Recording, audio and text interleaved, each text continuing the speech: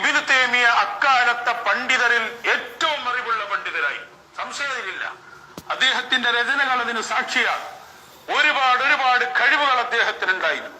അദ്ദേഹത്തിന്റെ ഇൽമുകളെ പുകഴ്ത്താതെ ആരും കഴിഞ്ഞുപോയിട്ടില്ല. ഇബ്നു തൈമിയ എന്ന് പറയപ്പെട്ട ആ വ്യക്തി ആ കാലഘട്ടത്തിൽ വലിയ പണ്ഡിതനാണ്. അദ്ദേഹത്തിന്റെ ഇൽമിന്റെ ആഴങ്ങളും വിശാലതയും പറഞ്ഞാൽ ഭയങ്കര സംഭവമല്ലേ.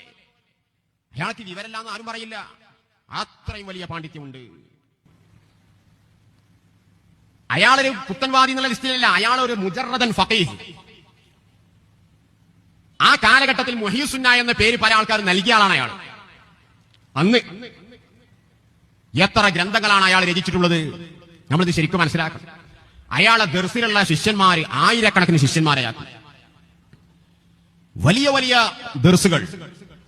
കുഴപ്പമൊന്നുമില്ല, ഔലിയാക്കൾ അങ്ങനെ പറയാൻ പറ്റുമോ എന്നൊക്കെ പറഞ്ഞു ഇബ്നു തൈമിയ പറഞ്ഞു, അങ്ങനൊന്നും പറയാൻ പാടില്ല എന്ന് മാത്രമല്ല, അയാൾ കിതാബ് എഴുതി റദ്ദു അല ഷാദുലി, ഷാദുലി ഇമാമിനിക്കതിൽ ഖണ്ഡനം. ആര്? അന്നത്തെ വലിയൊരു പണ്ഡിതൻ.